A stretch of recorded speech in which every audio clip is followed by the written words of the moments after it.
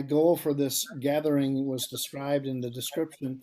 I really appreciate learning from teachers at conferences, but also fellow participants. And sometimes the fellow participants have great ideas and insights, but because of schedules, they sort of are on the fringe and we never get a chance to hear from one another. So we designed this workshop for those of you who have some creative ideas, some good stories, or maybe also questions.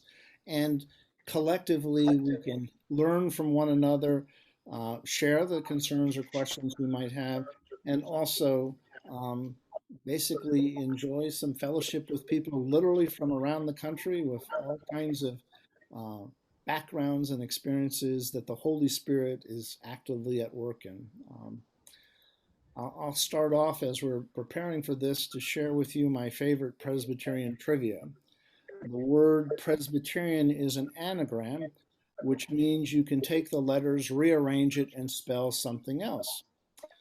For example, the word dormitory is also an anagram. Yeah, you don't take letters away, you don't add letters, but if you rearrange the letters in dormitory, it spells dirty room. If you take the letters in Episcopal, do you have any Episcopal friends? If you mix up the letters in Episcopal, don't add any, don't take any away. The letters in Episcopal spells Pepsi Cola.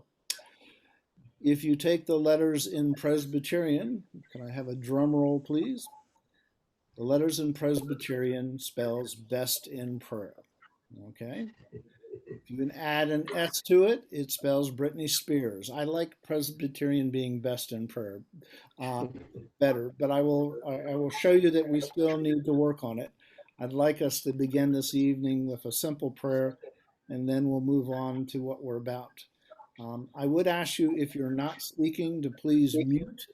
Um, if you can mute, that would be helpful, but we're going to welcome lots of discussion and interaction. So don't think that we're trying to silence you, but just let one another hear each other better if you are muted when you're not speaking. So let's begin with prayer. Loving God, we thank you for this day, one day out of the week that we take time to pause, to worship, to rest, and be mindful that we are your people. We thank you for this gathering where we're mindful that we are part of your creation, that we are blessed by this wonderful world and called to care for it. Be with all gathered here and those on the way. Be with the ones in the other workshops. Guide us all by your Spirit. Help us to do what you would have us do, and then help us to enjoy the rest of the day as a day to rest. And help us tomorrow to be open to your Spirit's leading again, to see new ways we might serve you and your creation. For we pray it in the name of the one who is the head of the church, our Lord and our Savior, Jesus Christ. Amen. So, a couple of people have sent me things, and I have also been gathering things from conversations. Is there somebody particularly eager that would like to either share an idea, a story, or has a question or wants to hear from others about how to deal with certain things? If not, I'll start the ball rolling. Robin is a pastor. I believe they would call it a federated church, right? Robin is not only Correct. it's not only Presbyterian, but also in this neck of rural New York, it's not uncommon for churches to be federated or union, a variety of ways. And Robin is serving one just at the base of one of the beautiful Finger Lakes. I recommend visiting the neighborhood. They have a really good ice cream place, but that's a story for another time. Uh, Yes, Robin, we have a very good ice cream place and three excellent restaurants, which you would not expect in such a small town. I, Um, I, I remember one, the Redwood, right? Was one of them, if I remember yes, correctly. Yeah. actually, we've exceeded the redwood now, but um, what I sent to Bruce was we were kind of caught. We didn't know what to do about Sunday school and during the COVID, and we wanted to emphasize creation care, And we saw an ad for someone who made redwood raised garden beds, and they're guaranteed for life, basically. It was a good local guy, and we purchased two raised beds and had two people from the congregation assembled them. They came without the legs assembled, and filled them with good soil. There's Sue and her friend assembling them. And then we had, last summer, we had one family, um, yeah, they're showing their success. Uh, we used an old garden spot, so that's why we chose that place, is it was already not grass. And there's a family where they not only planted their garden, but they also planted something to take home. And then there are photos of their produce. And interestingly, this spring we had volunteer plants come up. We have probably the biggest kale volunteer plant you've ever seen. And this year we have more families involved in it. And it has become our Sunday school outdoor, safe distancing, no mask needed Sunday school activity, which, I add biblical um, uh, uh, whatever, a context to it. And they see their pictures in the newsletter, and this has helped give them some ability to be together through this time when they really can't be together in the building. Um, we've also sent small projects home for each of the liturgical seasons and hand delivered those to their homes.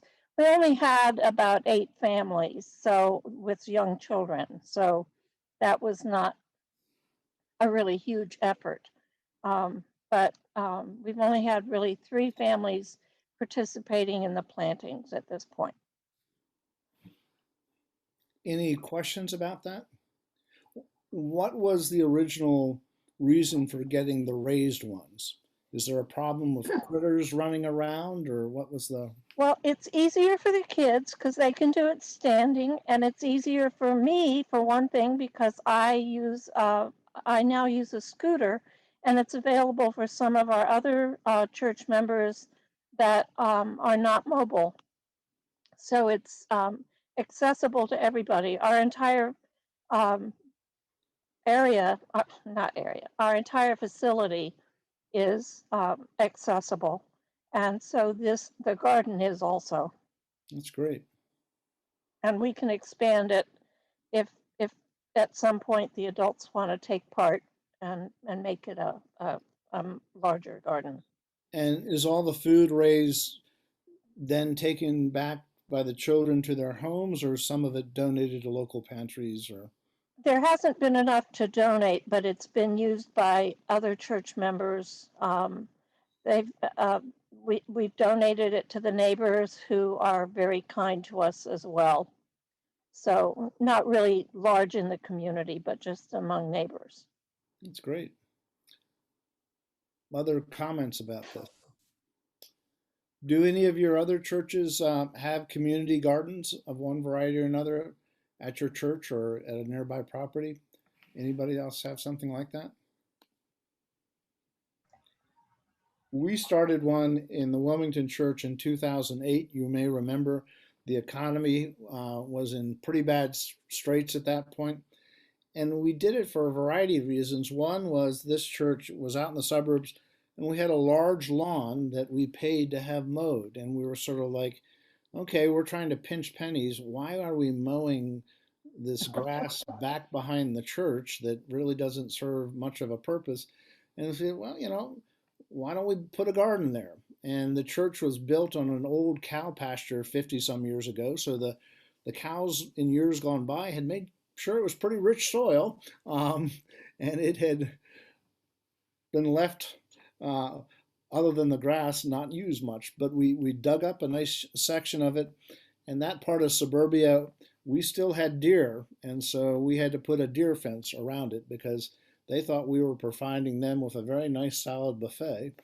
Um, we also discovered that groundhogs liked it, and we had to put some traps in there for the groundhogs. But church members and friends of the church could have a plot within this fenced area with prime, good soil.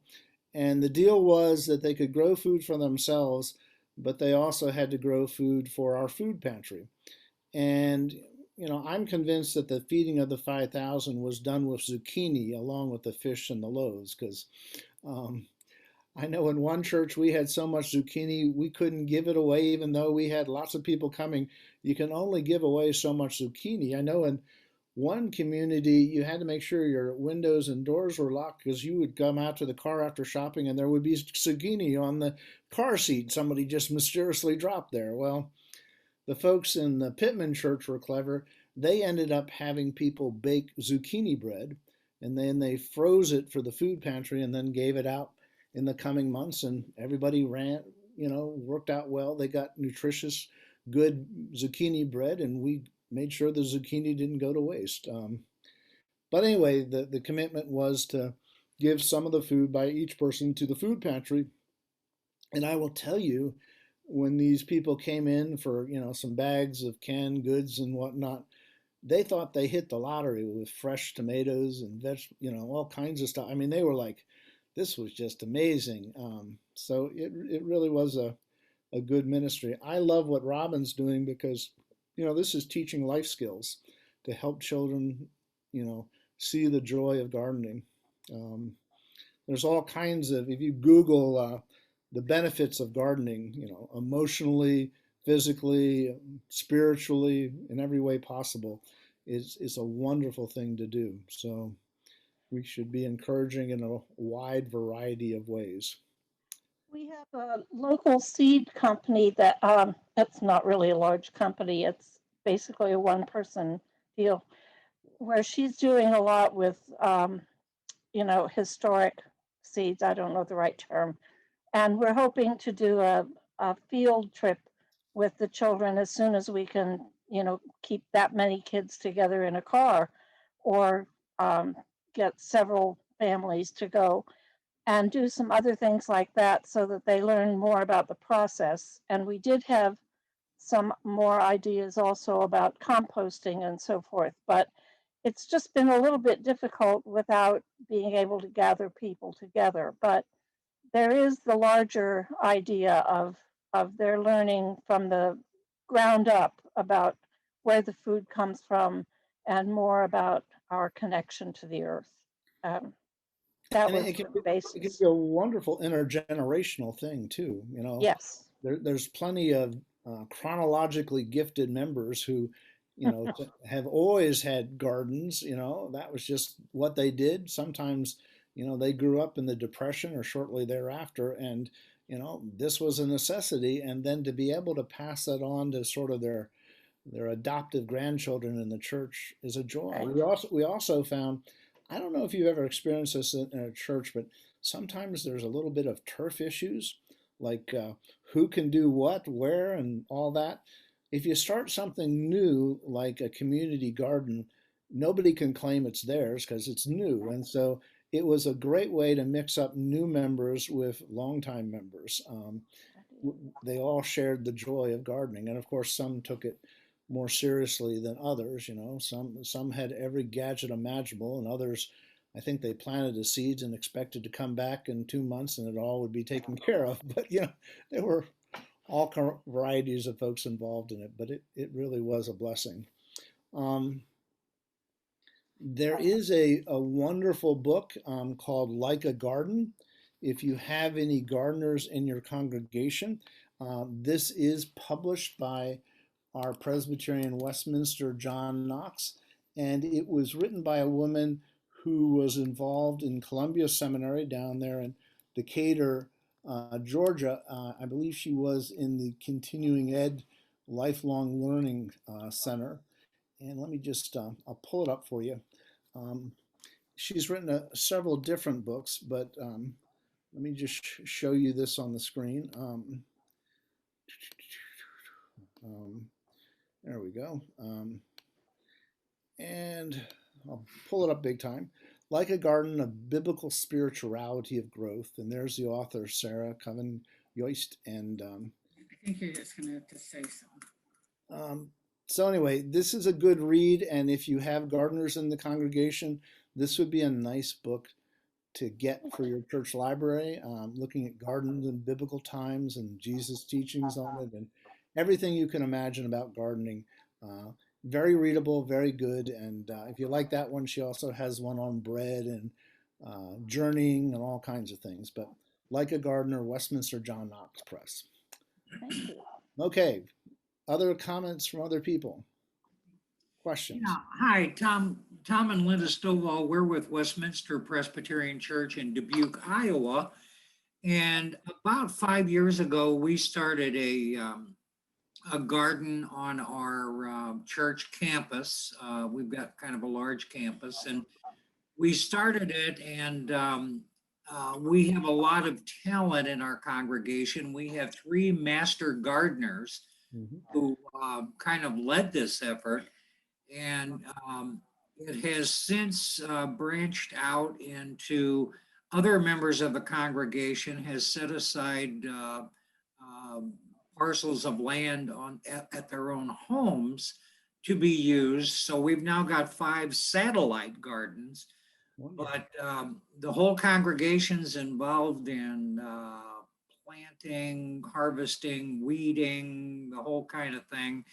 And every single vegetable that we grow is given to our local food pantry. Last year, and it's very carefully weighed as it's harvested and washed. And during the past couple of years, we've donated almost a ton of vegetables each summer to our local food pantry. And we also provide the food pantry with some sample recipes and ways of cooking the various vegetables that we donate to them, so people know what to do with them. That's really, really important. Yeah. Yes. So it's just been, it's something that our whole congregation has just really taken to, and we're very proud of, and we feel like we're, helping our neighbors. It's really neat. It involves a lot of people. Wonderful. I think stories we share here, I hope would eventually end up on the Presbyterian for Earth Care website with links to different, if you want to learn more from these folks, here's their website, here's a contact person, so we can pool our knowledge and learn from one another. I think the first hand up, Rice Johnson's, some faces I know from a few years ago. What can we do for you guys? What would you like to share? Good evening. This is Eric.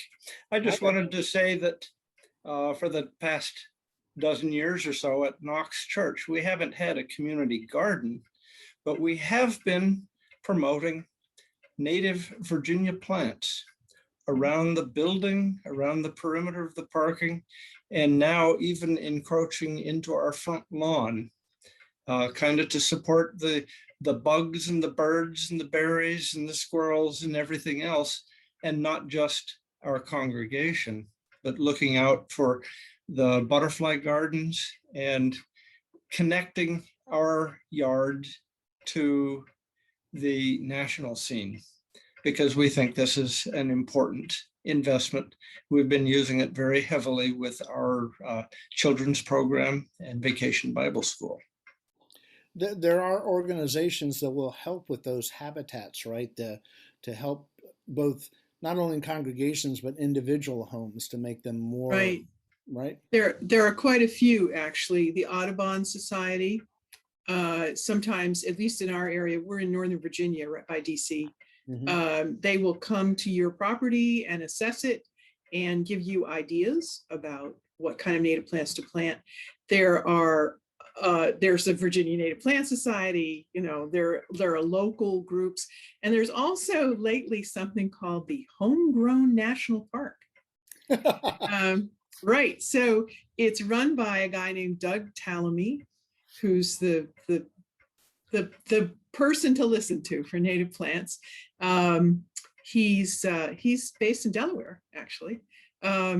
And he started this organization, the Homegrown National Park, saying, let's get people doing this, planting native plants in their home, on their lawns, on their church lawns, places like this. Let's get rid of the lawns and get some native plants in there. And he's done some great work on it. And you can register as part of the Homegrown National Park and make yourself a sign and everything. So it's pretty fun. Yeah, and then there are also pollinator things, so you can get pollinator garden, monarch butterfly gardens, etc. Yeah. What about the issue of the changes that are happening with climate change? What are native plants today may be, not as easy to maintain with the changing in the environment from the climate change. Has there been thought to how to sort of plan for the future for what the forecasts will be? And, in some of our areas, it's more drought resistant kind of thing. Has there been discussions on that? I'm sure there have been, not in our congregation, though. We're still pretty much at the beginner level. I So think you're ahead of a lot of us. So, I have heard some things about that. I mean, I think it's going to occur pretty easily because native plants will simply not survive, and that's going to have to.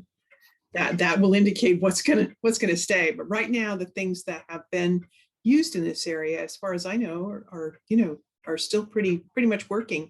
And you can see, because sometimes there'll be something cut out of the leaf on your plant.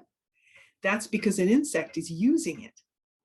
And that's a good thing, not necessarily oh no, my plant's not perfect anymore. And when the insects use it, the birds are close behind. Yeah.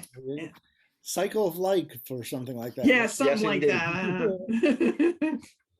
Any questions or comments from others? I see you there. Susan, why don't you take it over? Yes, thank you so much. I want to second what Linda just said. I'm with First Presbyterian Trinity Church in South Orange, New Jersey, and previously with Central Pres Church in Summit. And Doug Tallamy spoke to the Interfaith Council in the library in Summit about a month and a half ago, and he really is tremendous, so highly recommended. But beyond that notion of Homegrown National Park, it sounds a little bit, folksy and homey, but it is a terrific idea. And I think Presbyterian Church USA basically could, if every church shrank their lawn a little bit and planted native plants, that would just be an amazing motivator of not just other parishioners, but whole communities and news media. So it is. And as he says, it's non-negotiable. If we don't do this, we don't have the ecosystem to support us. He doesn't hold back. So it was just a great evening. And also the native plants, I think it's the whole Piedmont from North Carolina up through New Jersey, through New York. So these plants won't go kind of out of date just because the temperature is higher. They're very robust. So I think what we found is many people just don't even know about native plants and the difference between native plants and the plants that we've all come to love the looks of, but actually don't support insects. So it's a great thing to look into. We've all been learning a lot. Thank you. Other comments? If you saw in the chat, Robin mentions a book that sounds a wonderful gift. It would be Persons Did So Much to Get Kids' Garden Up and Running after much brainstorming. The book that you mentioned sounds like a wonderful gift. That was all The Like a Garden? Yes. That's definitely an adult read one, but it is for folks that want to look at spirituality and the Bible. Right. I will tell you, I went through a 3-year training program with the Synod of the Northeast probably 20 years ago called the Academy for Church Growth. Um, Not something Presbyterians talk that much about. It was done by a bunch of Methodists. And there was a church out in Indiana that found when people came for a visit, they would give them a home baked, freshly baked pie. And as you might imagine, that got people's attention. And so they got more and more visitors to the point. I don't know if the preaching was any good or the choir sang, on key, but they had so many visitors for pies that it got to be such a going enterprise and the church was growing. They had a full-time baker by the end of it that just was making these pies for all these visitors. Now, let me give you an idea here that I have not done yet, but I'm intrigued by it. Many of you may give loaves of bread or something else, maybe a pie, I don't know, for visitors, cookies, whatever. How about this idea? Could we give people a simple potted plant that would bring a little bit of nature into their home?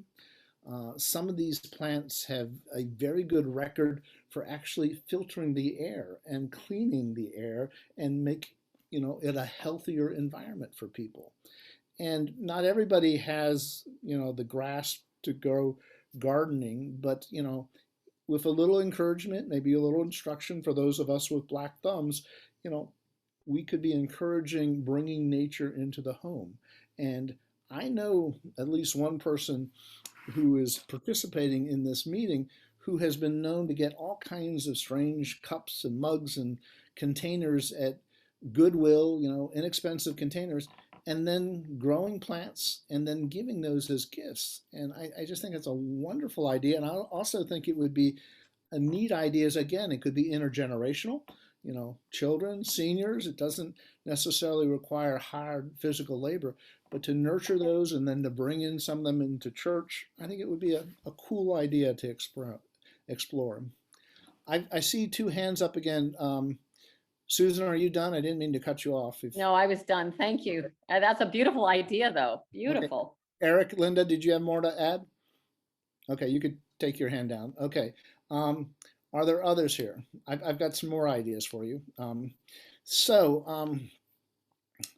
I am a hardcore bookaholic. I might as well confess my wife has to put up with too many books, but it is in the genes, and I was thrilled to see that I knew it was being passed down to the next generation. This is a page out of my Facebook, and let's see here, where is it? Here she is. This little girl is 14 months old, and she is my granddaughter. And she is running up and down the library aisles, 14 months old, and if you read the little commentary on the side, she was getting books and waving at the librarians, and then finding her parents' laps and having them read books to her. And what I want to talk to you about just briefly is an idea that I've done in several communities that I call library evangelism. And what I have done is found some books that I think are important ones, talk to the librarian ahead of time, and then donate them. And in the front of the books that's donated to the library, it has a book plate for the donor. And we've done a variety of things. I worked with other churches and we donated a set of, 15 different books on grief. So there were grief of the death of a child, the death of a parent, suicide, death of a spouse, all kinds of grief books. And we gave an annotated list of those to the funeral homes as a way of reaching out to people that we might not see in our churches otherwise. We gave a set of Veggie Tales, the children DVDs. We get a set of the New Interpreter's Bible, these great, wonderful commentaries. But how about we be evangelists for creation care? This is one of my favorites. If you're not familiar with it, I'll put it up on the screen. This is 50 Ways to Help Save the Earth. And it's how you and your church can make a difference. And the author is Rebecca Barnes. Rebecca was, for a number of years, the national church staff person for environmental ministries. She is at our conference. She's in a different workshop this evening, but Rebecca now is the coordinator for the hunger program which the environmental ministries is under, but she continues to have her hand in environmental matters. But this would easily be in one of my top 5 books, and I bought several copies of this when I was ordering it. You can see that I am a fan, and if you see Rebecca, you can say I was flashing her book on the screen for you all to see. I think it lists for $15. You may be able to get it at a discount. But it's going into my public library. I'm also going to give copies of it to each of my adult children. And they will occasionally be quizzed about where they are in the book and what are the things in the book they might have been exploring. So we're going to put it not only in a church library, but also in the public library. And when it goes in the public library, we will try to, we're a small little village here in rural New York, and we have a community newspaper that everybody gets for free called the Penny Saver, and they take all kinds of stuff. So I will put in a little promotional article about this book in the Penny Saver and hope that it gets some circulation in the community. Are any of you familiar with what's called a kilowatt? This is, I think it's called kilowatt. It is a little gadget. You can buy it on Amazon. You can get it at Home Depot, Lowe's, any kind of place. And it's a little metering system that you plug into an outlet, and then you plug a utility cord into it for any kind of appliance under the sun. And it will tell you in a short period of time how much energy that uses. When we put solar panels on our house, I had teenage children, and they got really psyched about if they could conserve energy in the house, because the panels were supposed to be good for somewhere between a third, it would take 2/3 to 3/4 of the energy needs, but we would still have to get some off the grid. And we had not worked too hard at conserving things. Well, some of these children of ours got really fanatical. I mean, they checked out the refrigerator, the TV box for changing channels. That uses an amazing amount of energy from the cable company. So, you put something that on a power strip and you can save. So anyway, over a period of just a handful of months, with this little simple device, which is like $20 from Amazon, maybe somebody can find it while I'm talking about this, and you can post the link in the chat room. But this little device, the end of the year, we were off the grid because we had conserved enough energy that it really helped us.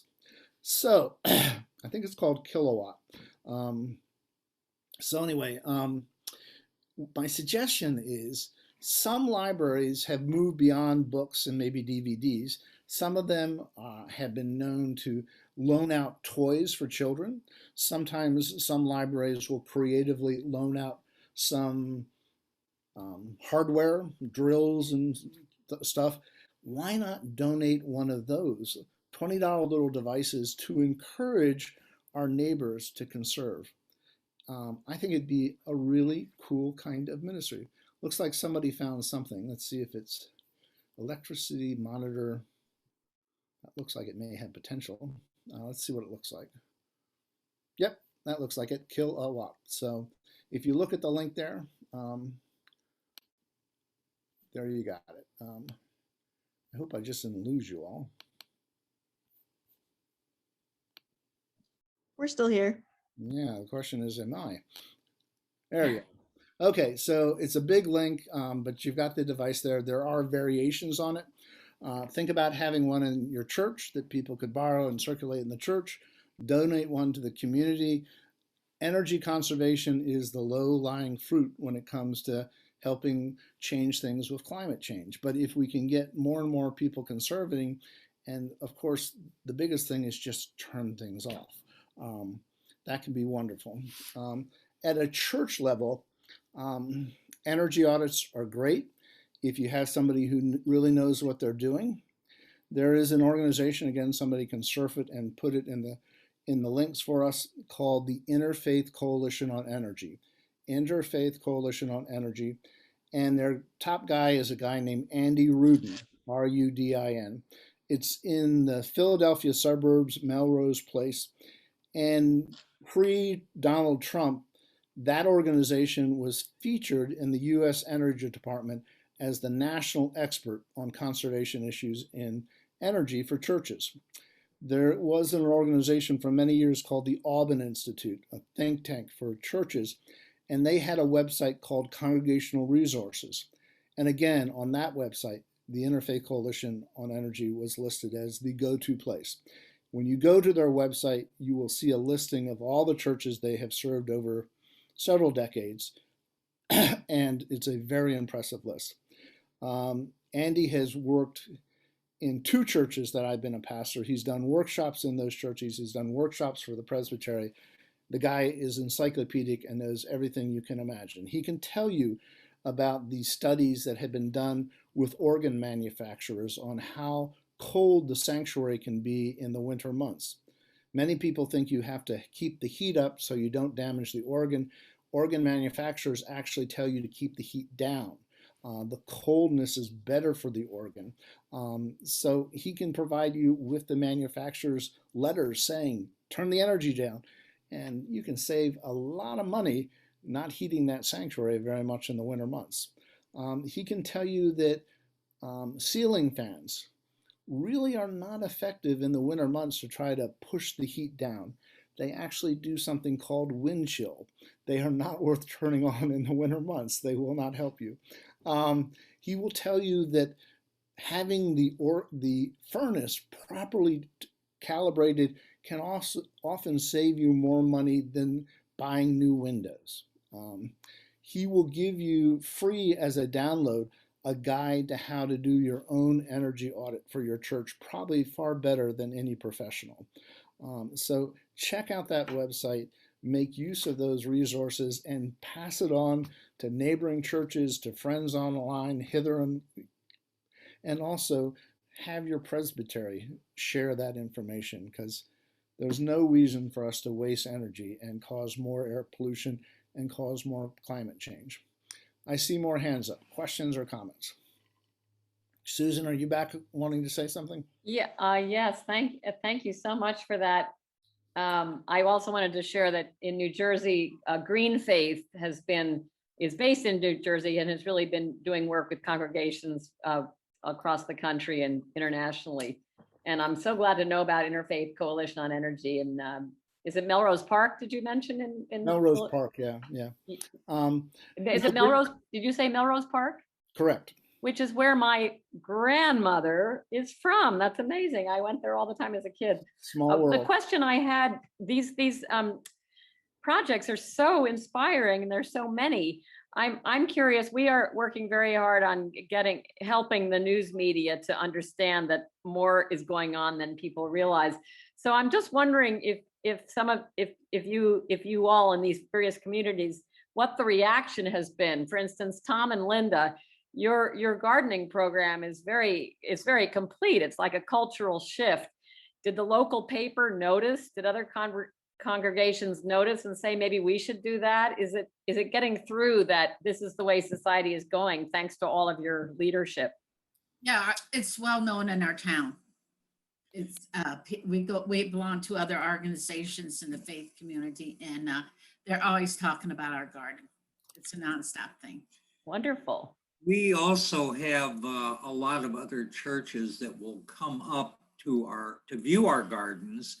And as I mentioned, we have a couple of master gardeners who head up this project, and they actually do training courses showing, what plants to plant and what time of year and that whole kind of thing. It's really neat.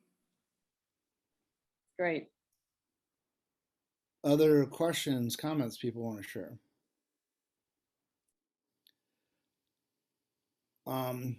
I have tried hard to work on the publicity in a variety of ways for a variety of projects. I'm very much committed to taking care of the environment because we are called by the Bible to do it, and we are in crisis mode, and we definitely have to do it for that little kid wandering around in the library and for all of God's children everywhere. But I'm also very committed to having the Presbyterian Church actually grow. I'm tired of us being in the decline. I think we have a great theology, a great polity, and we should be unabashedly sharing God's good news. Unfortunately, do you know what you cross when you cross a Presbyterian and a Jehovah's Witness? Somebody who says a lot of things and doesn't say anything, knocks on a lot of doors and doesn't say anything. I think evangelism can be the bridge. Young people, young families, really concerned about the environment. And if we can show them in the newspapers, on the radio, in social media, our Solar Got television coverage, um, that reaches out to people and that makes the connections. If we host environmental groups and events at our churches, that again reaches out to them and helps them make those connections. Luann, you had your hand up? Yeah, hi, thanks. I hope bear with me. I just two quick things. One is we're not at the point of having gardens on our church property, but there is a farm up the road that has some community garden space, and the folks growing there in our congregation, have some zucchini, obviously, like lots of the overflow produce. And so what we had someone build kind of like these mini libraries that you'll see by the side of the road, but this is just kind of a cupboard that for produce, and it'll be a sort of bring what you have, take what you need, thing for the community on the church property. And so we're just starting up with it, and we're going to see how that goes. But we're hoping that that will get some culture of sharing going on in the larger community around the church building. So that's one thing. The other thing is that there's a website called compassionatechristianity.org, and it has different pages of resources on specific topics related to faith and other, the intersection of faith and other things. And I've been asked to curate a page on faith in the environment because kind of my first career was more environmentally related, and I'm a second career pastor. And so I just, I'm here. This is obviously a group that I'd like to say, if you have any resources, now I've already got some great books and organizations, but if there's like one, thing that you say, oh, this is a resource that people need to know about when it comes to faith in the environment. If you want to put it in the chat, if you want to, I'll put my email address in the chat as well. If there's just something you think is a really important resource, I want to make sure I'm getting all of those there on that page for people. So so it's a plea to all of you, and thanks in advance. Okay. You heard it, and I'm sure you will get some. I would say Rebecca Barnes is a good one for those who want to come at it from a faith background. There is also another one by a woman named Nancy Sleep, which is titled Go Green, Save Green. And she has all kinds of creative ideas. Well, let me just show you, I'll show you if I can pull it up here, the table of contents. So, like I was saying, I was having a little trouble with my, I was going to have all this in a nice PowerPoint for you all, but it's not going to happen. So this is a table of contents.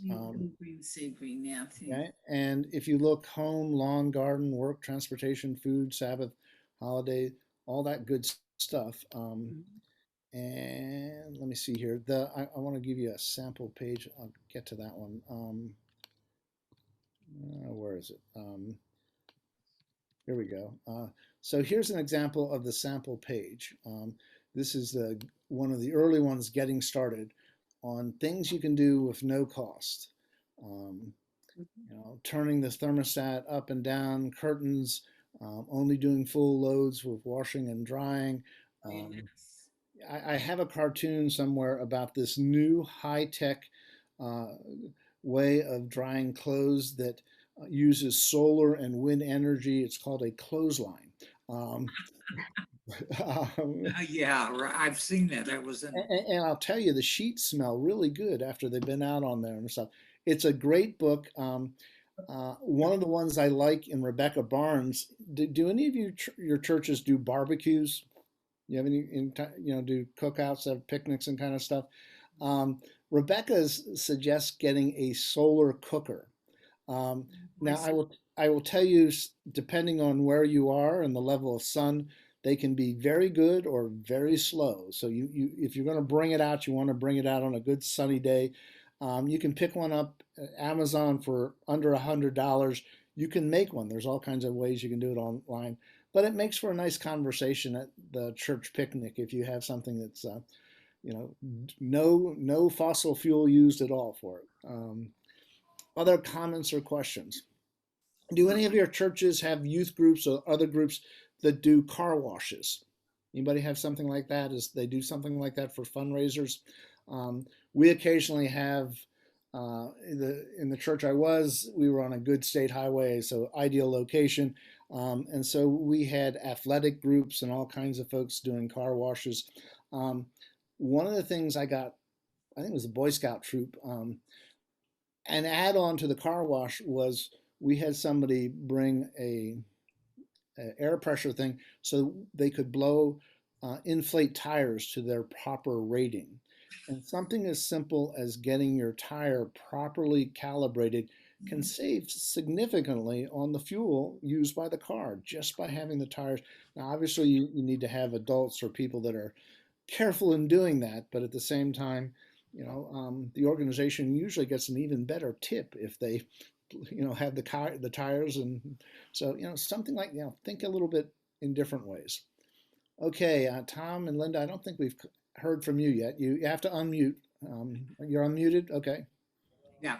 One of the things that I guess I would like to add is our green team at our church. One of the things that we try to do is constantly reinforce with the people in our congregation that they are not just one little person out there doing something that doesn't make a whole lot of difference, that even the small things they do in their daily life can add up to make a difference. So we developed all these kind of tips you've been going across. We've developed a system, we call them Green Team Tips. And every single week in our church bulletin, we have some little snippet, just a sentence or two on something that you can do personally to help save God's creation. So 52 weeks out of the year, they get some little something that tells them to recycle or check their tire pressure or turn off their lights or whatever. And that's been very popular. People really appreciate that. I think it's an excellent idea. Do you have a source for that you get your 52 ideas from? Well, I started it off by when we decided we wanted to do it. I just went to websites and books and just collected a whole bunch of ideas and sat down and picked out the 52 that I like the best. And then I put those all in a document. I gave it to our church secretary and said, every week when you do the bulletin, put one of these in. And like I say, it's really gone over well.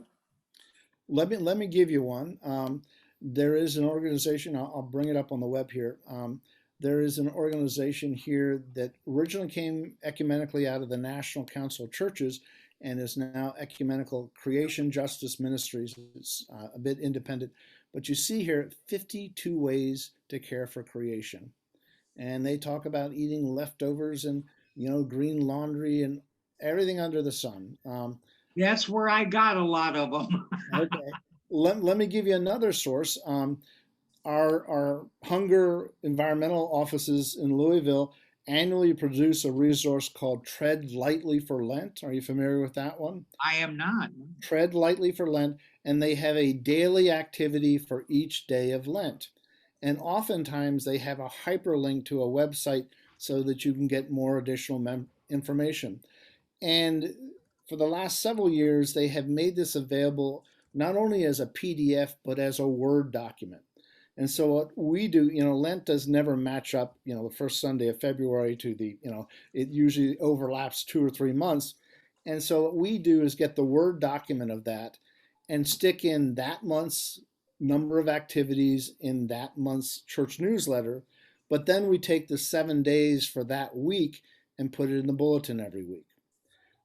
It's also great if you can reinforce it with people having a little fun, doing a minute for mission. Get up there with the water hose or whatever, and just to highlight the stuff that's in the bulletin. And if you're a techie kind of church, maybe even doing little video advertisement clips to be a little creative about it. And if you can tell people success stories and how it was beneficial, you know. But if you go to the National Peace USA website and do a Google search, I never like the search engines on the website, but if you just put peaceusa.org and then Google Tread Lightly for Lent, you'll see the sample from a couple of years up online. If anyone would like to have a copy of our 52 weeks for this year, I would be happy to send you the document. Just give me an email at pomstov@aol.com. You can put it down there. Tom, if you could email that to me, we'll see if we Sure. can't get it on the PEC website. Okay.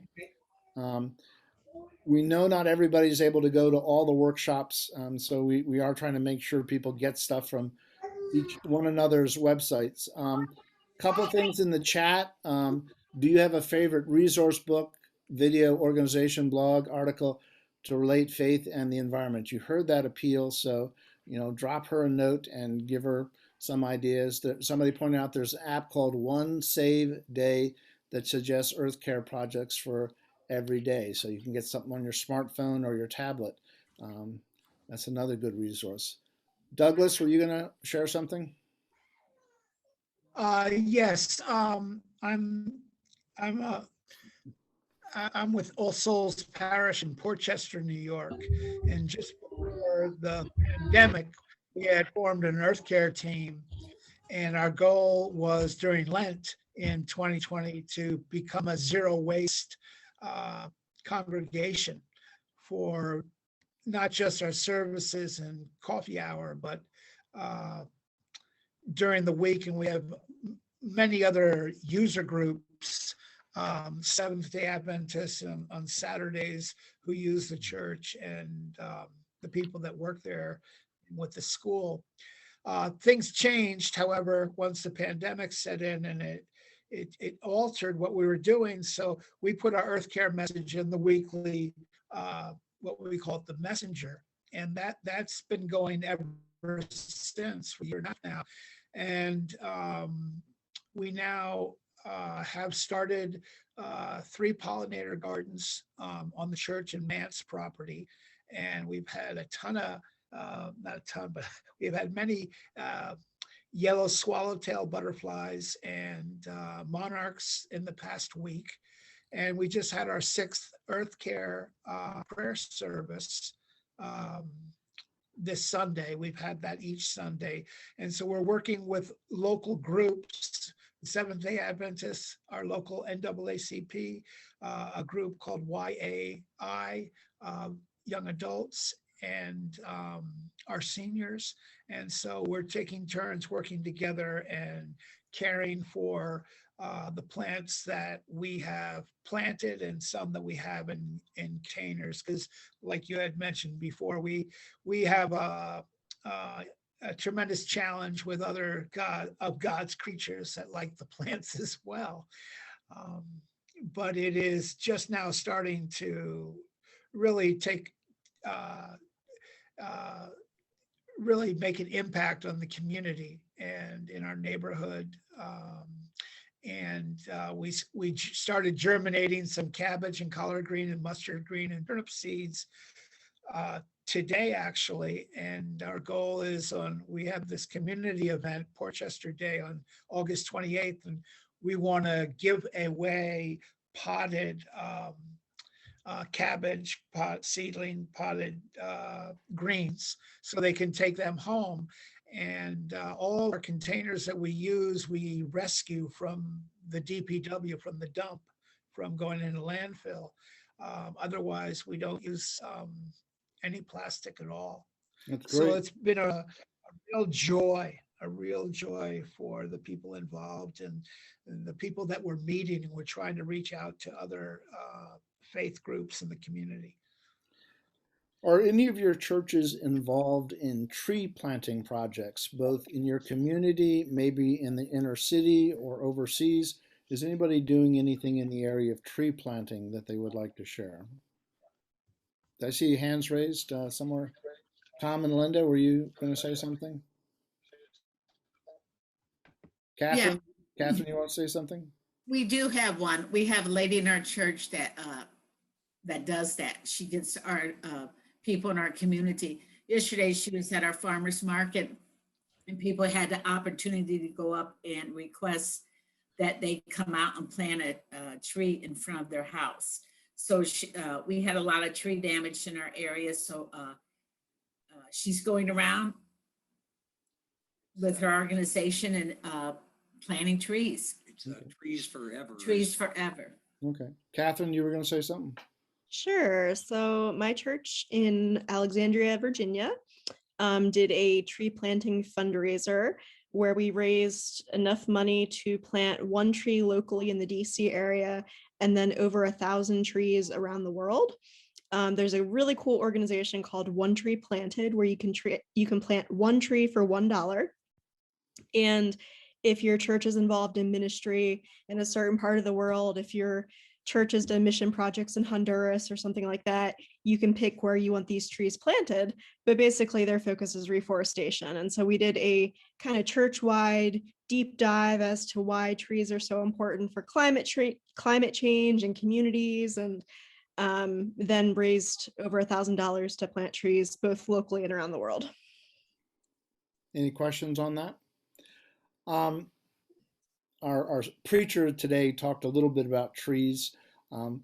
The workshop leader on August 15th, who is doing the program on faith formation and creation care, Shelley has a PhD in Christian education from Union Seminary in Richmond, and brilliant educator, and she's talking about spiritual development, Christian education. Her day job during the week is she's the executive director for an organization that plants trees in the inner city of Richmond. And I'm hoping we can get her to do a fall program. And our new coordinator is involved in this in Wake Forest, North Carolina. There's been incredible amount of creative work in bringing trees into inner city neighborhoods. You do it in partnership with the neighbors. They have a say in where the trees are, how they're planted, and all this kind of stuff. But it can really have an amazing impact on the people in that community. It cools the city in the summer. It provides cleaner air. Emotionally, I mean, there's just so many things that can benefit having more trees, especially in the poorer neighborhoods of cities, if it's done with care and in partnership with the residents. And Shelley's doing that in Richmond. Mindy has been doing it in North Carolina. And I'm hoping a lot of Presbyterian churches can do it, whether it's, something like in DC. We had a church in Delaware that had a mission in Kenya, and they went over and planted trees. You may remember there was a woman in Kenya, the Greenbelt movement, who won the Nobel Prize for the tree planting there. So you may have seen in the chat that the Presbyterians for Earth Care have a little online magazine called Earth, and the summer issue that just came out last week all has tree themes to it. I have a book review in there by Matthew Sleet, who points out trees are in the book of Genesis and all the way to the book of Revelation. They are the most living creature in the Bible, only second to man and women. I mean, trees are like the number 2 or 3 when it comes to God's creatures in the Bible. So it's a great book, but we all need to be doing, there are studies that say if we could do massive tree planting, could have a huge impact on climate. Wouldn't it be great if Presbyterians had a contest to see how many per member trees we planted near and far? I think wouldn't it be great if we were known as the tree hugging Presbyterians? I'd like us to be known for reforestation more than predestination. And I have a THM in systematic theology. I know there's three hands up. I just would like, before I want everybody to have a chance to chat. Are there anybody who hasn't spoken yet who would like to share something or has a question? At some point, I want us to get around to advocacy, because we need to be talking not only about these things within our homes and in our churches and in our communities, but also changing governmental policies and stuff. But before we get to that, I got on my screen three people in a row. Robin, we haven't heard from you recently. What would you want to talk about, seasons of creation or something else? Actually, something different from what we've been talking about.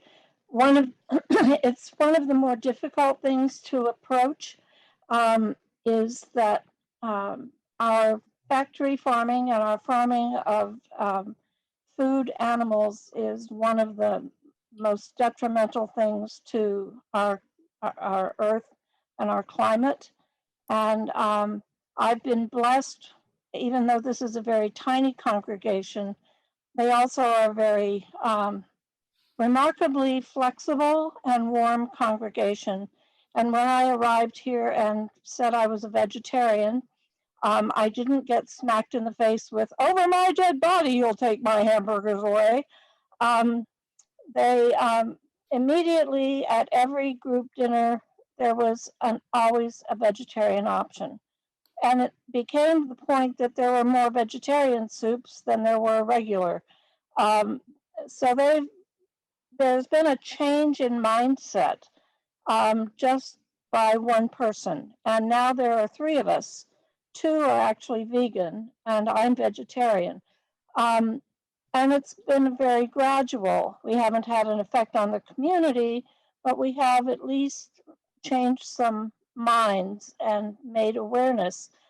When I was in New Jersey, we put on a vegan dinner, a vegan spaghetti dinner, and a vegan dessert, and also did a Lenten course where I served some vegan lunches that people, and I'm not vegan, and I will never be able to do that, but where people really couldn't really tell the difference in some of the foods and really didn't complain.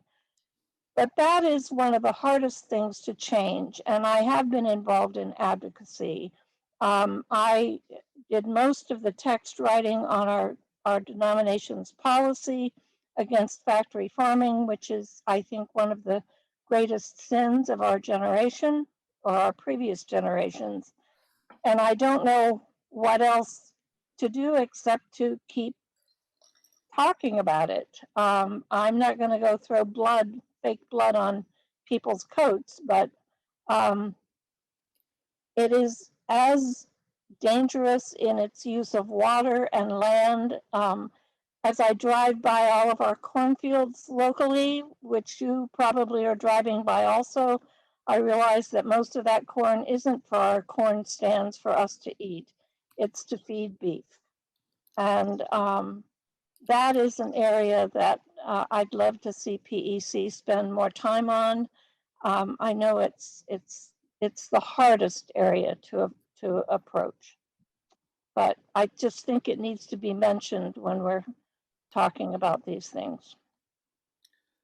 Let me say amen. And those of you um, who have looked at some of the impact of different things on the environment, food is huge, uh, especially the beef and any kind of red meat has incredible energy, water usage.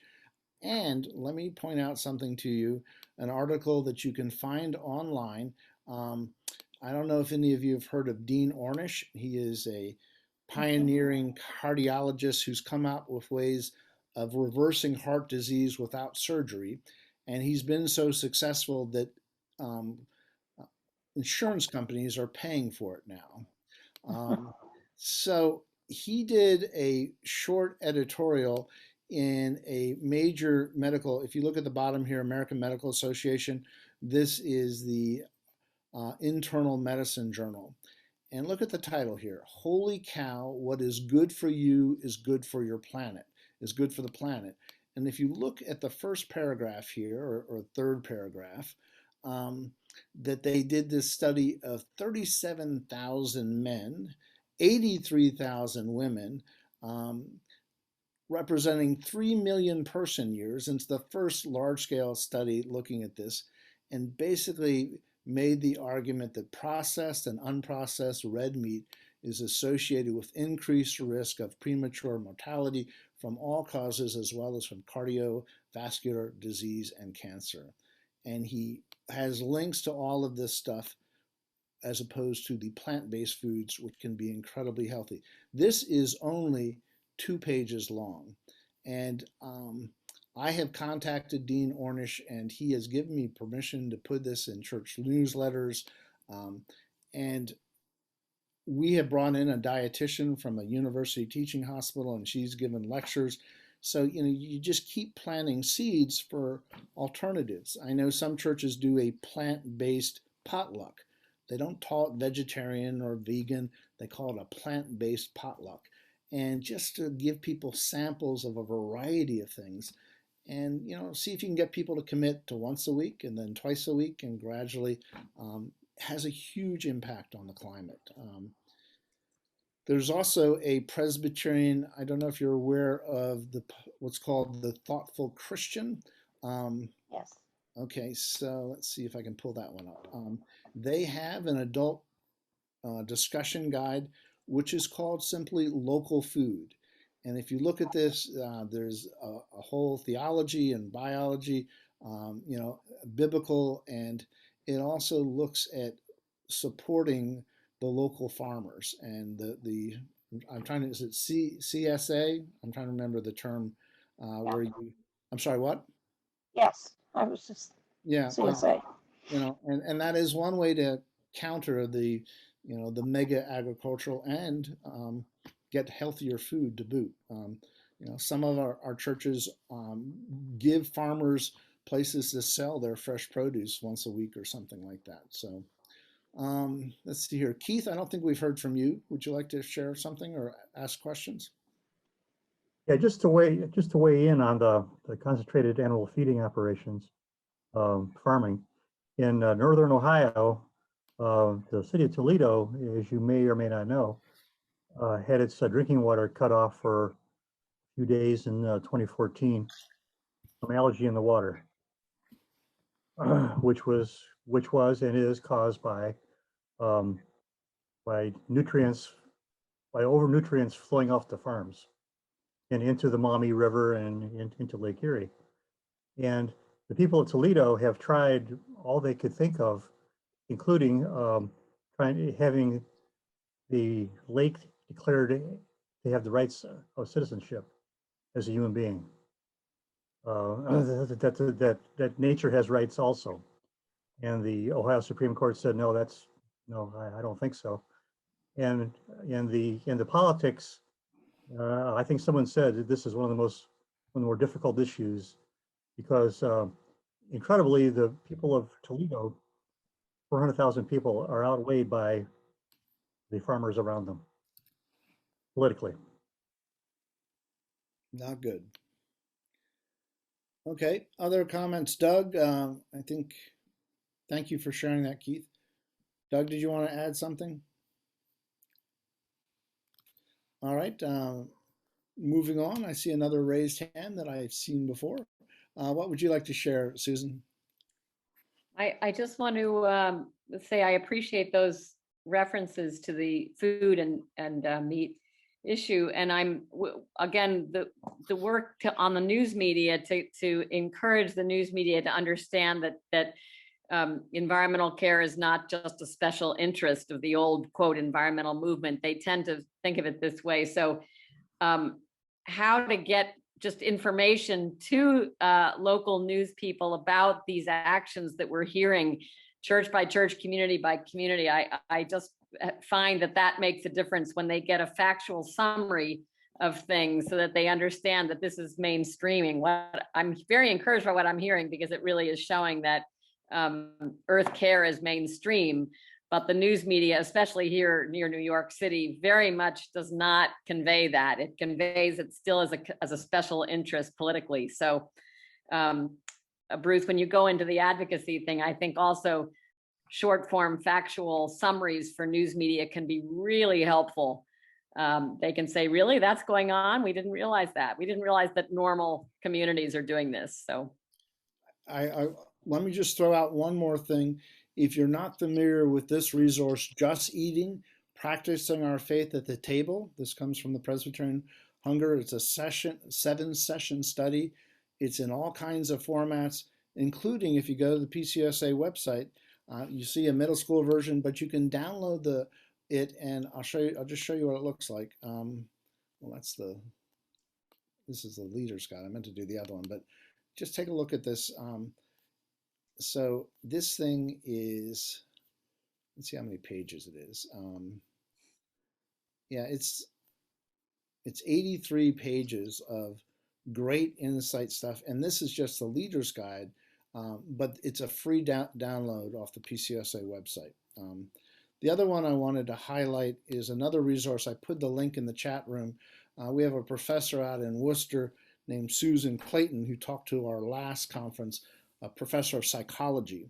And I was telling her, I want to know what the latest is. She's published a couple of expensive textbooks you can find on Amazon on the psychology of climate change. But she said, here is a freebie. And I put the link to this in the chat room. And you can see right there, you can download it. But it's how you use language. Here's the table of contents over here. What's the best way of presenting concerns in the media, in programs, in advocacy, that the best, most effective language and the psychology behind it. A free resource, download that. That can help very much in reporting, in advocacy, in teaching in a variety of ways. Good resource, taking the best of the science of psychology. All right. Who else had something to share? We're coming into the home stretch here, folks. We got like 5 minutes left. So, Susan, did you want to add something? no, I'm done. Thank you. Okay. That's great. Okay. So let's see here. Advocacy. We need to really talk about this because, I mean, at the end of the day, folks, the trees and changing light bulbs and conservation is important, but we really need to work on changing governmental policy. And it's great if we can do this in coordination with other folks. What have you found to be the most effective environmental groups in your area and on a national level that are really effective in working for the changes we need in governmental policies? It is a very exciting time. We have an administration now that is aggressively seeking funding for all kinds of things. And Biden has said across the board in every department in the executive wing, he wants people looking at the environment and ways that they can counter climate. He is from a very small state, Delaware, which arguably will be impacted the most by rising seas. In the 19th century, a political leader said, Delaware is 3 counties at low tide and 2 counties at high tide. Well, high tide could in the future, and he has a multi-million-dollar house down at the Delaware beach. So he has a personal investment and he just loves his state.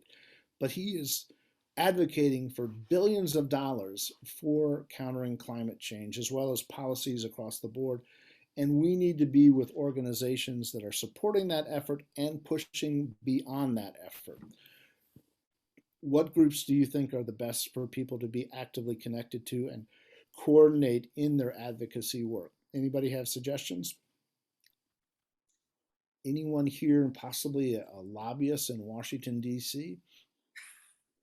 I see Catherine puts up NRDC and Sierra Club. If you look in the chats, full disclosure, Catherine works for Network, which is the Catholic social justice advocacy group. If you've heard of the Nuns on the Bus, she works for them. Environmental Defense Fund.